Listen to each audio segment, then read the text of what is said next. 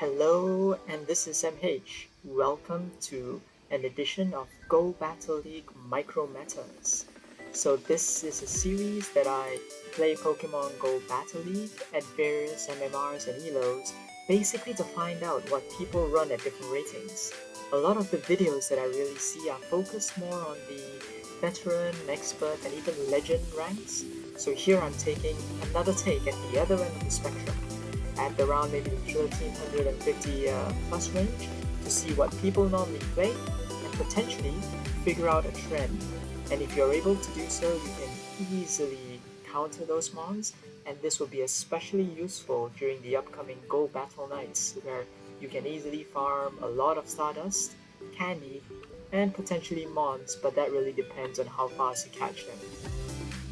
Alright, so the team that I'm running today is a team that should be relatively robust at this particular elo. I'm leading off with the Clefable, with a fast move charm to chunk down any of the mons that I see, but in particular I'm targeting the dragons, the dark type mons which are readily available during recent events and even now. So where I was trying to pivot is I'm guessing a lot of people are going to run things like Darkrai or potentially even Zarude, which they may have gotten in previous events or previous recent events. So my intent of having Clefable here is to chunk it out. The other thing is Open Ultra League is famous for having Giratina, so what I'm going to do is have my Clefable out here to hard counter any of them that I see. And obviously we do see some anti-meta teams when Machamp comes out to lead, and again Clefable comes in as a very beautiful counter to those Machamp and pesky fighters.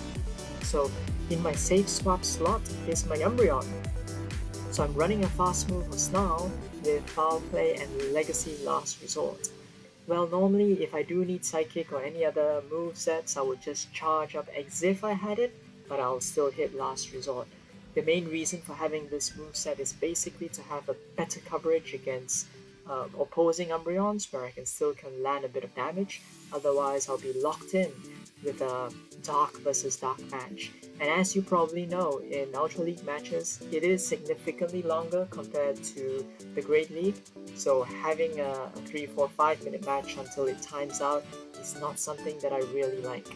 And to close out my team, I have a beautiful Politoed over here with a fast move of a Mudshot that really charges up any move that I need extremely quickly, 4 hits before I actually get a Weather Ball.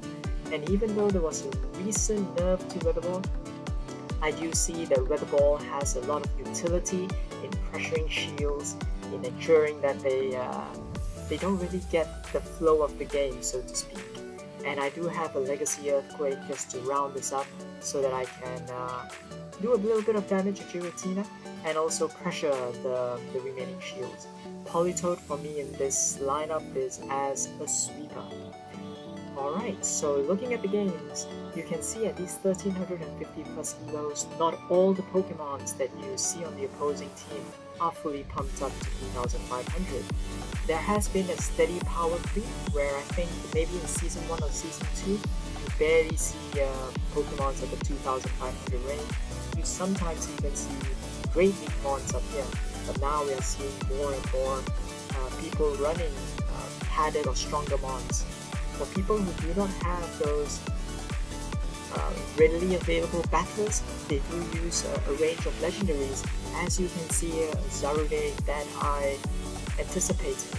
So my Clefable here is able to clean that out relatively painlessly. Yes, so in terms of having this team, I like a mixture of a fast move damage versus spammy moves. As you're all aware of, Umbreon is a spammy beast and Politoed is even more so.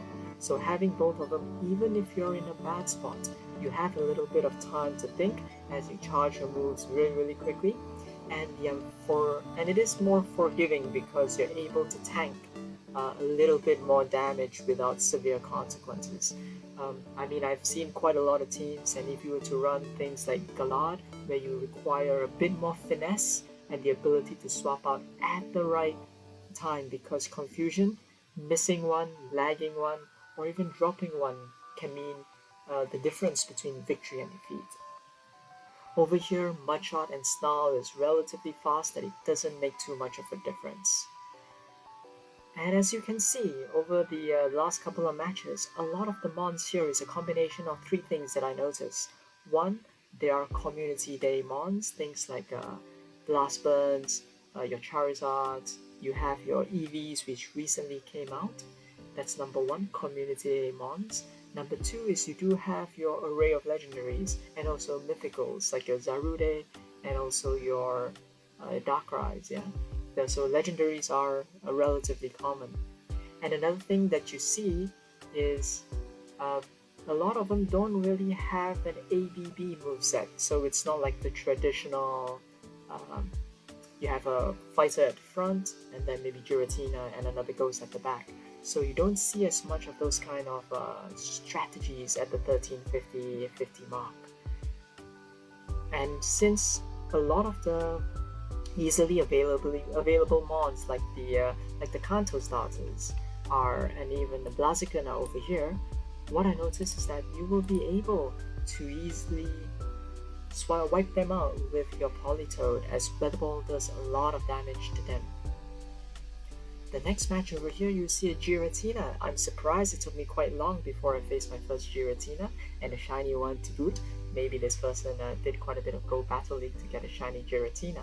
But again, this team pivots very well against the traditional meta of Giratina, very hard countered by two of the three mons in this lineup.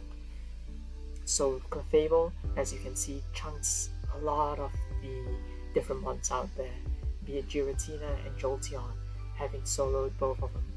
So Giratina coming back is not going to do much to my Clefable, and even if my Clefable drops out, Umbreon is here to sweep the game. So interesting observations. The meta here is definitely different compared to those in the higher ranks, and do drop a note or drop some comments down below to let me know what do you see at the different ELOs and which ELO range are you interested in seeing a bit more. At the moment we are running it in Open Ultra League, but we are open to looking at the different metas or micro metas at the Premier or maybe the Halloween Cup or Great League or Master League. So let us know down in the comments below which ones you would like to see in future videos, and we will have a look.